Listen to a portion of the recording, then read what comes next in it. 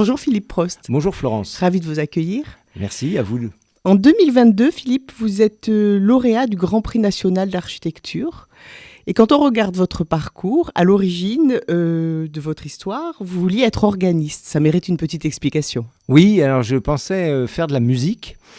Je me destinais à l'orgue et en fait j'avais une nécessité de trouver quand même des études un petit peu plus entre guillemets sérieuses aux yeux de mes parents, et donc par toute une série de ricochets, j'ai fini par atterrir en architecture. Mais à l'époque, ce n'était pas forcément ma vocation.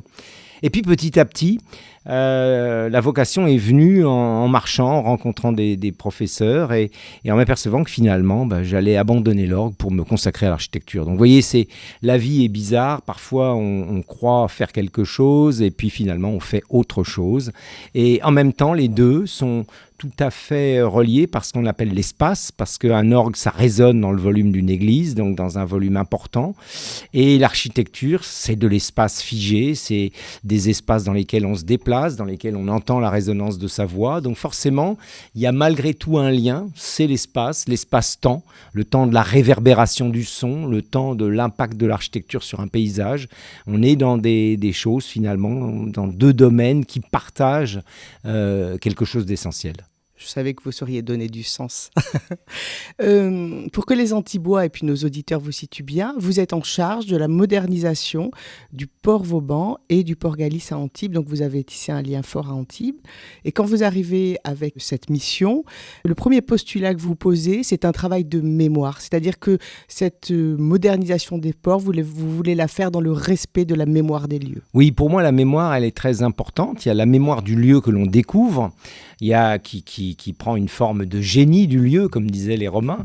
Donc, il y a la mémoire du lieu. Et dans ce cas précis, entre Antibes et Juan-les-Pins, entre Galice et Port-Vauban, on a deux histoires extrêmement différentes. On a une histoire multimillénaire qui est celle du Port-Vauban, qui démarre dans les temps de l'Antiquité, qui commence à cette époque-là et qui se poursuit jusqu'à nos jours. Et de l'autre côté, à Port-Galice, on a la mémoire d'un site créé ex nihilo, d'un port neuf, qui s'installe à la fin des années 60, d'un seul coup, très rapidement, en l'espace de 2 années, il y a un port, alors qu'avant il y avait un rivage. Et donc ce sont deux histoires très différentes, mais qui sont malgré tout reliées par un personnage qui est Guillaume Gillet, un architecte, Grand Prix de Rome, qui est chargé de l'aménagement, de la création du port Galice et de l'aménagement du port Vauban. Et finalement, en étant lauréat de cette délégation de service public, donc de ce concours, de cette compétition auprès de la Chambre de commerce et d'industrie Nice-Côte d'Azur, eh bien, en étant lauréat, je crois que c'était pour moi très important parce qu'on est vraiment dans une mémoire très longue d'un côté, multimillénaire, de l'autre plus courte, mais pour autant très intéressante parce qu'elle met en rapport, en relation, l'idée que l'on se faisait de la plaisance dans les années 60 et celle qu'on peut s'en faire aujourd'hui, avec des problématiques environnementales qui se sont considérablement développées. De l'autre côté, au port Vauban, on est dans une situation, dans un port qui n'a jamais cessé de se renouveler sur lui-même, mais sans rien perdre de son histoire. Et pour moi, ça c'est très important. Vous voyez le fameux quai des milliardaires, qui en fait s'appelle le quai des 500 francs.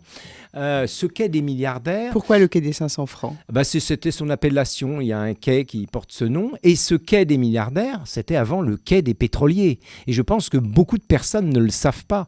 Cette grande jetée qui a été construite, elle n'a pas été construite pour accueillir des yachts de milliardaires, elle a été construite pour accueillir des pétroliers à une époque où les hydrocarbures arrivaient par bateau, étaient déchargés dans le site qui est au fond de l'anse du port, qu'on appelle d'ailleurs le site des pétroliers.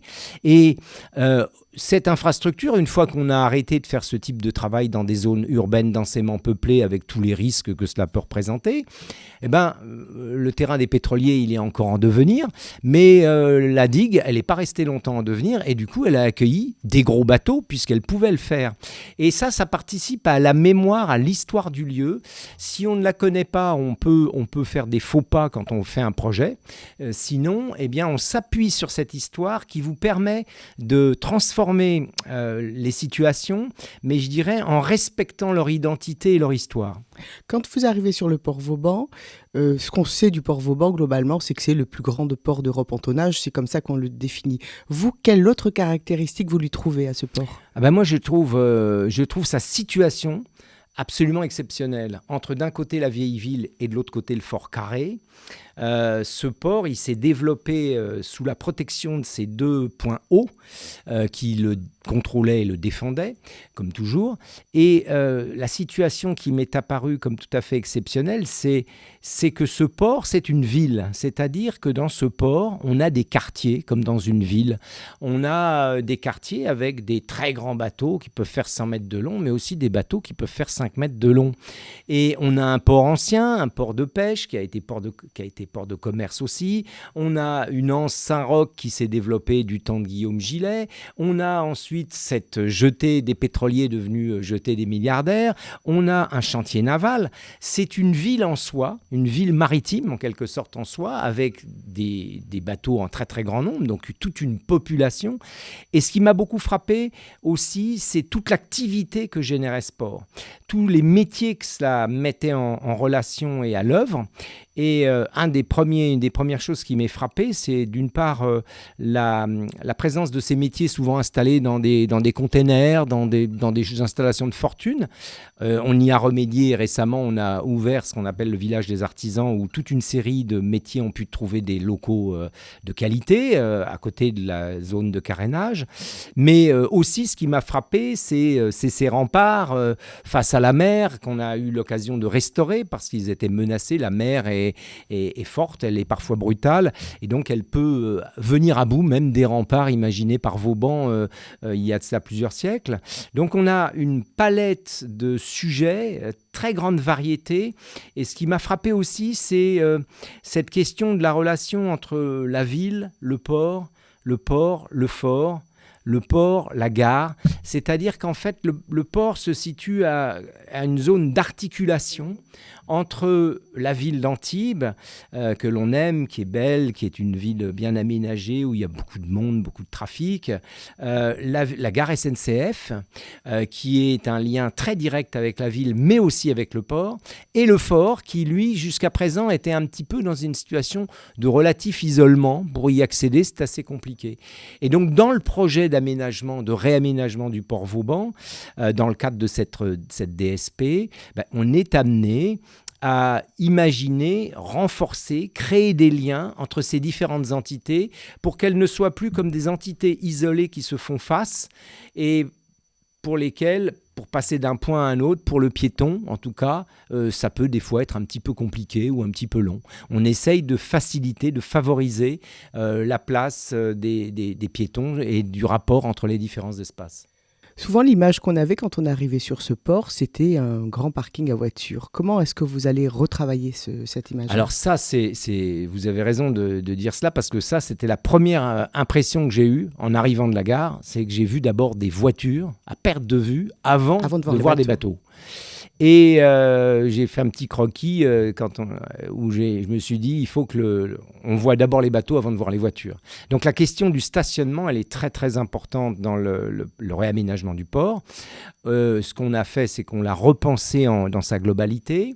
On a un peu réduit le stationnement, mais pas trop, mais on l'a réduit quand même. Et on l'a surtout réaménagé, réordonnancé pour qu'il soit moins massif et qu'il soit moins, qu'il occulte moins les vues, qui permettent de voir les bateaux. Et surtout, on a imaginé 2 promenades qui sont en cours de réalisation, puisque le projet du port se déroule par phase. Donc, on a 5 phases. 5 phases pour 5 quartiers, je crois que oui, vous avez défini. On a 5 phases successives exactement qui se déroulent. Alors, il y en a déjà 2 qui sont réalisées et il nous en reste encore 3. En fait, on est parti des 2 extrémités, si je puis dire. D'un côté, le quai des milliardaires jusqu'au port, au vieux port. De l'autre côté, le carénage, la zone de chantier avec toute la zone qui l'encadre, qui l'annonce. Et puis ensuite, on a 3 zones. La zone de la capitainerie Guillaume Gillet, la zone du jardin qui s'étend entre ici et ensuite la zone où on a les associations, on trouvera demain un nouveau bâtiment qui accueillera les plaisanciers, qui accueillera les services du port pour partie, mais aussi une salle polyvalente pour que des événements puissent se réaliser. Donc vous voyez, on a ces 5 quartiers et on est parti des 2 bouts et en fait maintenant on va rejoindre les 2 et ce qui est très important, c'est qu'au départ, dans le cadre de la consultation, dans le cadre de la compétition, on a proposé de réduire la voiture, mais on a aussi proposé de créer des parcours piétons qui permettent de faire ce qu'on appelle la promenade Boracay. Alors, vous l'avez vu déjà réalisé. Auparavant, on n'avait que de l'enrobé noir et puis de temps en temps des barrières. On cheminait sur un espace extrêmement étroit. Pas question d'être avec une poussette, c'était presque risqué. Donc aujourd'hui, on a redonné de la place aux piétons sur la promenade Boracay, qu'on a réalisé en pierre, donc un matériau noble, qui a commencé depuis le quai des Milliardaires et qui s'est continué et qui va faire tout le tour, qui va permettre de faire vraiment tout le tour du port à pied. Et ensuite, une autre promenade qui est une promenade qui va circuler dans les zones végétales et là aussi qui a commencé à être réalisée. Son extrémité, c'est la promenade qui arrive du Fort Carré, qui avait été commencée par le Conservatoire du Littoral, continuée par la municipalité, par la mairie d'Antibes, et que nous, de notre côté, on va la continuer pour la relier au reste du port. Et enfin, une troisième promenade, c'est la promenade sur les remparts. Aujourd'hui, les remparts, on peut y accéder, on va jusqu'au bastion Saint-Jaume, et puis là, on est en cul-de-sac. Vous avez vu, on a construit et surélevé les 2 pavillons qui sont de part et d'autre du bastion Saint-Jaume, et dans le pavillon dans l'un des pavillons, le pavillon nord, alors je ne sais pas si ça parle forcément à nos auditeurs, en tout cas dans un des pavillons, on a installé un ascenseur, ce qui fait qu'aujourd'hui, même une personne en situation de handicap peut pouvoir prendre l'ascenseur et faire le tour de ceci. Par contre, demain, on est en train de réaliser, c'est en chantier chez une entreprise, une passerelle qui va permettre, là où il y a la brèche dans le mur, qui va permettre d'avoir une passerelle horizontale qui s'ouvre et qui se ferme et qui permet donc d'assurer une continuité de promenade en haut de rempart tout du long jusqu'au feu qui se trouve avec en dessous l'échauguette, le glacier qui s'est installé là. Donc en fait, on aura une continuité de promenade qui sera possible demain. Donc vous voyez, 3 promenades. Promenade rempart, promenade port et promenade jardin, espaces végétaux. Donc ça va beaucoup changer, je pense, le rapport des Antiboises et des Antibois, mais pas que, des visiteurs aussi, au port, parce qu'ils auront des espaces dédiés pour se promener, pour découvrir le port. Et la voiture, elle est... Je dirais, elle est nécessaire parce que quand on a un bateau, il faut bien amener des choses, les remmener, les déplacer. Enfin, voilà, on sait très bien qu'on ne peut pas, sur un port, dire il n'y a plus de voiture, ce n'est pas possible. Mais elle est repensée, réinstallée et on essaye de travailler pour qu'elle soit la moins présente possible. Et aussi, d'ailleurs, pour le confort aussi des automobilistes parce que finalement, quand on peut planter des arbres, quand on peut, on rafraîchit les espaces, on essaye d'améliorer ce qui était finalement une zone assez brutale de stationnement sur un enrobé noir avec en plein soleil, comme on a souvent ici à Antibes. Quand vous montez dans votre voiture, il fait une bonne température. Donc on essaye de les installer d'une manière plus douce dans le site. Justement, vous m'avez parlé de l'importance de l'histoire et de la mémoire et l'environnement dans la modernisation de ce sport. Alors, comment vous l'avez inscrit ? Vous faites bien de me poser cette question parce que je pense que c'est une question essentielle aujourd'hui. L'environnement est une des préoccupations du réaménagement du port. C'est une préoccupation importante. Je crois qu'on peut la décliner de plusieurs façons. D'abord, le Vauban 21, donc, qui gère aujourd'hui le port Vauban. Vauban 21 a mis en place toute une série d'actions pour faire du port d'Antibes, du port Vauban, un port propre. Ça veut dire qu'on récupère sur les bateaux les matières qui y sont stockées, ainsi de suite. Tout ça pour que ça ne parte pas à la mer, que ce soit dans le port ou à l'extérieur du port, comme ça pouvait se faire souvent. Donc ça, c'est toute une infrastructure que vous ne voyez pas. C'est ce qu'on appelle dans notre jargon des réseaux, des tubes qui sont dans les sols et puis qui vont directement, qu'on va pouvoir brancher. Ensuite, donc, avoir amélioré la qualité de l'eau. Ensuite, favoriser le développement de la faune, enfin du vivant. Et pour cela, on a mis en place, et là c'est Vauban 21 qui est à l'œuvre, des dispositifs qui permettent aux animaux de se nicher, de se loger, de se développer. dans des systèmes qui sont immergés. Donc ça, c'est encore autre chose. Enfin, nous, dans ce qui est le projet, on a choisi, et c'est encore plus vrai d'ailleurs à Galice, où le projet est plus avancé sur les aspects végétaux peut-être qu'à Vauban, ça va être dans un deuxième temps à Vauban, mais à Galice, les paysagistes de Tous Transforme ont entretenu des liens, on s'est mis en relation avec l'INRA, avec la ville de Laturet, pour réfléchir aux essences qui pouvaient être plantées en sachant qu'on est face à un réchauffement climatique et à des aléas climatiques qui se sont beaucoup amplifiés avec le temps. Et évidemment, du coup, la palette végétale, elle évolue. Si on veut qu'elle ait une certaine pérennité, on doit faire évoluer cette palette végétale. Donc c'est ce qui s'est passé sur les toitures terrasses à Port-Galice. Je pense que les Antiboises et les Antibois s'en sont rendus compte, puisque maintenant on a directement une vue sur mer depuis la route qui longe le port. Et ces terrasses se développent au-delà de nos espérances, je dois dire. Elles sont très très fleuries, très fournies. Donc on fait la même chose sur Port-Vauban, où on est en train de réfléchir à ce que l'on va replanter, ou ce que l'on va planter en plus, parce qu'on sait que certaines essences qu'on peut trouver très méditerranéennes, très typiques, elles ne vont pas avoir une espérance de vie si longue que ça. Ça va poser d'ailleurs une question générale pour tout le littoral de la Côte d'Azur, parce que la physionomie de la côte va être amenée à changer. Et ça, on n'est jamais mieux servi que par soi-même. C'est-à-dire que si on étudie la question en amont, on est capable de faire évoluer le paysage. Si on ne l'étudie pas, on assiste un peu impuissant à la disparition d'essences.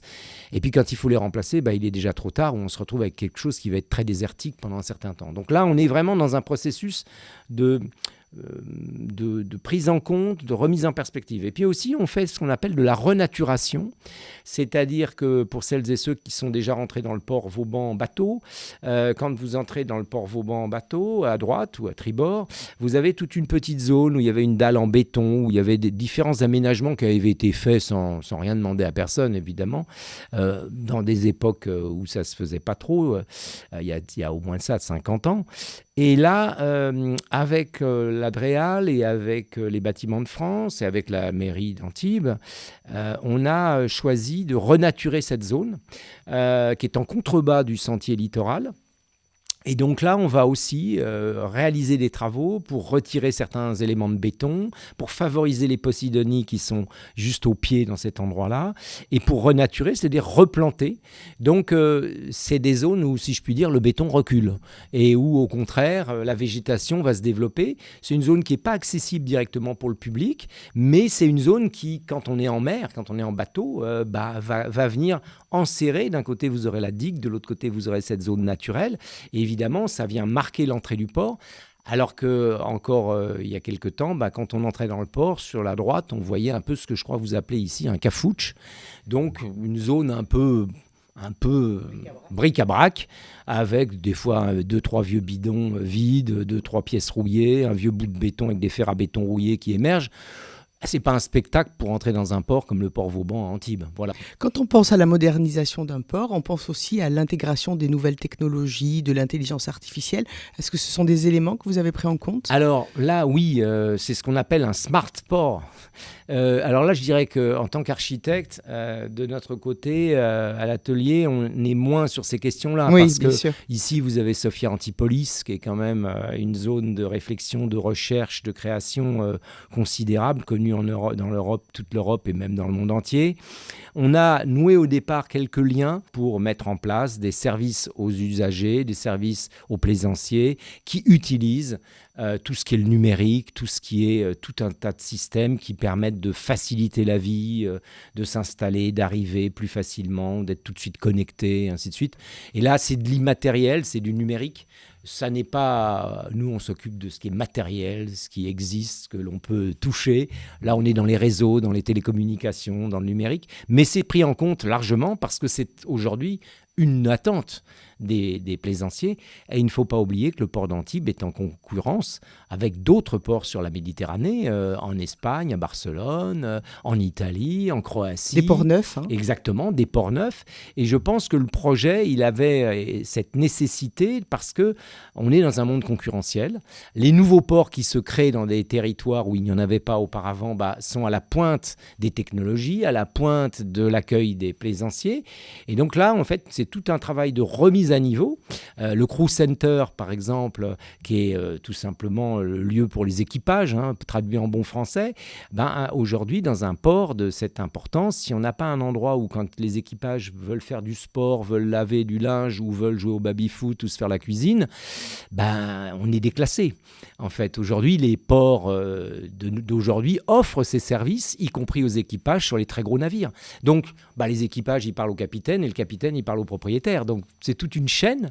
Et évidemment, pour nous, ça fait partie de tous ces enjeux, comme de loger les artisans, pour qu'il y ait un écosystème, on peut le dire, portuaire, qui est fonctionnel, qui est attractif, qui est qualitatif et qui fait que des bateaux qui vont hésiter vont se dire tiens, finalement, on va quand même aller à Antibes. Et puis les plaisanciers qui viennent, qui repartent, c'est pareil, c'est une forte attractivité qui aussi bénéficie au-delà à la ville, parce que quand on vient dans un port, en général, on va se balader dans la ville qui est à côté, sauf cas extrême. Rappelez-nous combien d'unités accueille le port d'Antibes ? 1745, mais peut-être que... Je serais peut-être repris par l'exploitation du port, parce qu'en fait, un port, et ça c'est quelque chose que j'ai découvert, que j'ignorais auparavant, en fait, le plan de mouillage, il évolue tout le temps. Et il évolue tout le temps pour pouvoir accueillir au mieux les bateaux. Donc, ça, c'était le chiffre que j'ai en tête au départ de nos études.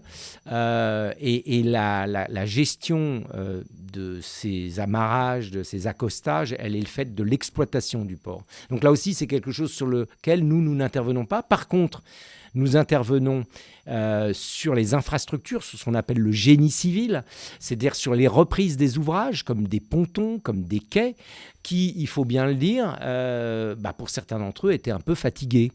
Et donc, on les reprend avec un bureau d'études spécialisé en matière de génie maritime, et on les reprend et on en profite pour les réaménager, pour réorganiser le stationnement, pour planter, pour trouver la manière de planter et de végétaliser, donc de rendre accessible aux personnes à mobilité réduite, de mieux traiter les déchets. Là, je ne parle pas des déchets des bateaux, je parle des déchets aussi que les uns et les autres peuvent faire. Donc, c'est toute une logique comme les mobilités douces, avec les vélos électriques, avec les voiturettes, avec tout ce qui permet de se déplacer. Parce qu'un port, quand on en fait le tour en partant d'un point, en allant jusqu'à l'autre extrémité, il y a une petite heure de marche. Et quand le soleil darde ses rayons, on la sent passer, la petite heure de marche.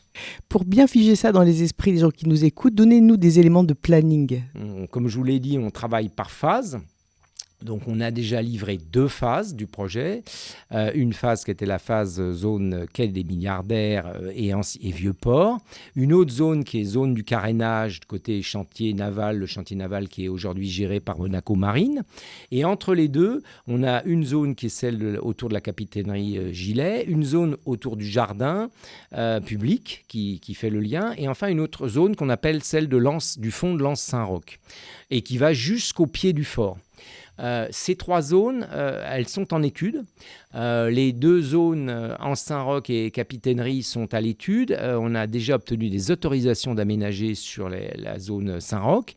Donc, en fait, on est dans une marche en avant qui prévoit des travaux qui devraient démarrer sur ces zones, en tout cas sur la zone Anse Saint-Roch, à l'hiver prochain. Si les appels d'offres sont concluants, parce que vous savez, tous les travaux nécessite des demandes d'autorisation administrative qui passent sous les fourches codines de tous les services de l'État, de la direction de l'urbanisme de la ville. Ensuite, on lance des consultations, donc on cherche des entreprises pour réaliser les travaux, parfois bonne pioche, parfois mauvaise pioche, ou parfois pas de réponse, ou trop cher. Donc, c'est tout un travail de discussion, de négociation, de mise au point. Et une fois que ça s'est réalisé, on démarre le chantier. Donc, pour vous dire des dates, on a un horizon, on espère raisonnablement avoir fini l'ensemble du port en 2029. avec des tranches qui se succèdent, parce qu'un port, c'est vivant, parce que c'est les comment dire, c'est les bénéfices que tire l'exploitation du port Vauban 21 qui alimentent et qui financent les travaux. Donc on ne peut pas se permettre de bloquer complètement le port, donc on fait les phases successives. Et l'horizon, il se découpe par tranches successives, la tranche la plus légère étant la tranche du jardin, où ça continuera d'être un jardin, mais enrichi d'essence et enrichi d'espèces un petit peu plus développées qu'aujourd'hui. Et puis, il y a les deux autres zones qui chacune font l'objet, où il y a aussi des travaux de bâtiment, donc c'est toujours un peu plus long et un peu plus lourd. Une fois que ce port sera terminé, qu'est-ce qui aura changé? Comment vous le qualifieriez? Je pense que plus accessible, plus vert, plus... Alors le port, oui, vous me soufflez plus des vivant, bonnes pistes. Plus vivant. Il sera plus vert, il sera plus vivant, il sera plus accessible. Je pense qu'il sera toujours le même et en même temps un autre. C'est-à-dire, vous savez, c'est cette poésie de Verlaine, ni tout à fait la même, ni tout à fait une autre. Je pense qu'il va garder ses fondamentaux, sa géographie, sa topographie, et en même temps, il est complètement placé dans le 21e siècle. En fait, le port sur lequel on a travaillé au moment de la compétition, c'était un port du 20e siècle, pour dire les choses simplement. On était déjà en 2015-2016, c'était un port du siècle précédent. Et à l'issue de ces travaux, ce sera un port du 21e siècle. Et on avait un peu dit avec audace le port du 3e millénaire. Pour faire un petit focus sur Galice, de Galice, vous voulez faire un port bleu, blanc, vert. Voilà, oui, ça c'était mon titre, le titre que j'avais donné à notre petit texte d'introduction qui avait bien plu au président de la Chambre de commerce et d'industrie, Jean-Pierre Savarino. Quand on trouve un bon titre, on voit que les gens se l'approprient. C'était le cas, le port bleu, blanc, vert. Alors moi, ça m'avait trotté dans la tête parce que je m'étais dit, j'avais essayé de comprendre ce qu'était l'essence même de ce port. Galice, on est vraiment face à la Méditerranée, dans toute son horizontalité. Le port est inscrit dans le plan du site, il est presque en contrebas de la route, donc la vue passe au-dessus. Et c'est une architecture moderne des années 60, très horizontale, très blanche, parce que le mouvement moderne, c'est des architectures souvent blanches, même si elles peuvent parfois se teinter un peu de couleur. Et puis, la Méditerranée, c'est le bleu. Et pour moi, ce qui me semblait important sur ce port qui avait été conçu à une époque où on avait foi dans le progrès, on pensait que rien n'arrêterait l'humanité, eh bien, c'était l'enjeu écologique, l'enjeu environnemental. Et ces grandes toitures terrasses, ce qui était très frappant, c'est qu'elles étaient avec des cailloux, avec des étanchéités en aluminium, sur lesquelles on ne peut pas poser le pied en été, tellement ça vous brûle le pied tout de suite. Et en fait, en allant fouiller dans les archives de Guillaume Gillet, qui sont conservées à la Cité de l'Architecture et du Patrimoine à Paris, tout le fond de Guillaume Gillet y est conservé, on s'est aperçu au moment du concours qu'en fait, au départ, il avait imaginé que ce seraient des terrasses plantées. Et ça n'a jamais été réalisé.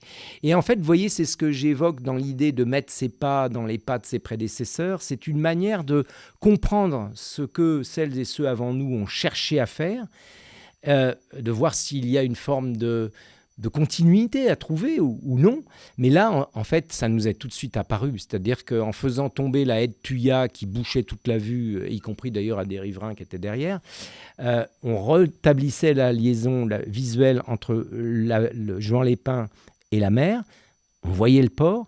Et d'un seul coup, ces grandes terrasses plantées allaient devenir comme une espèce de jardin suspendu, non pas de Babylone, mais de Port-Galice. Et on s'est dit, là, ça va être un enjeu qui va tout changer. D'où l'idée du port bleu, blanc, vert. Et aujourd'hui, je pense que toutes celles et ceux qui ont pu aller se rendre sur ce qu'on a aménagé comme une sorte d'espace public, qui est sur la construction elle-même, au bout, j'ai vu plusieurs fois des gens alors qui faisaient du yoga, des gens qui téléphonaient, ça il y en a partout, ou des gens qui se réunissaient. En fait, on voit que cet espace est devenu un espace public ouvert et qui est un lieu de méditation, qui est un lieu de rencontre, qui est un lieu qui peut servir à toutes sortes de choses. C'est-à-dire que le port, jusqu'alors, il vivait, ce port Galice, un peu en autarcie, un peu refermé sur lui-même, de même que la salle qui a été aménagée pour pouvoir accueillir des petits événements, comme il y a eu cette journée d'études sur ville et port récemment à Port-Galice. Là, en fait, ça fait que les habitantes, les habitants s'approprient le port. Ça n'est plus juste le lieu des plaisanciers. Et finalement, les plaisanciers redécouvrent aussi un autre port qu'ils avaient un peu oublié. Ils étaient un peu entre la pompe à essence, le stationnement et puis voilà, et leur bateau. Et je pense que là, il y a une forme de, comment dire, de vie d'une nature tout à fait différente qui peut se développer, se déployer et qui fait que c'est plus un espace opaque, occulte dans Juan-les-Pins, c'est la continuité de Juan-les-Pins jusqu'au bord du rivage. Et ça, je pense que quelqu'un comme Guillaume Gillet, finalement, il avait imaginé ces jardins, ils n'ont pas été réalisés. Vous savez, quand on est architecte, on fait des projets. Parfois, les projets s'arrêtent, ils ne sont pas réalisés jusqu'au bout. Parfois, les sous viennent à manquer, donc on ne réalise pas tout ce qu'on avait prévu. Parfois, il se passe encore d'autres choses.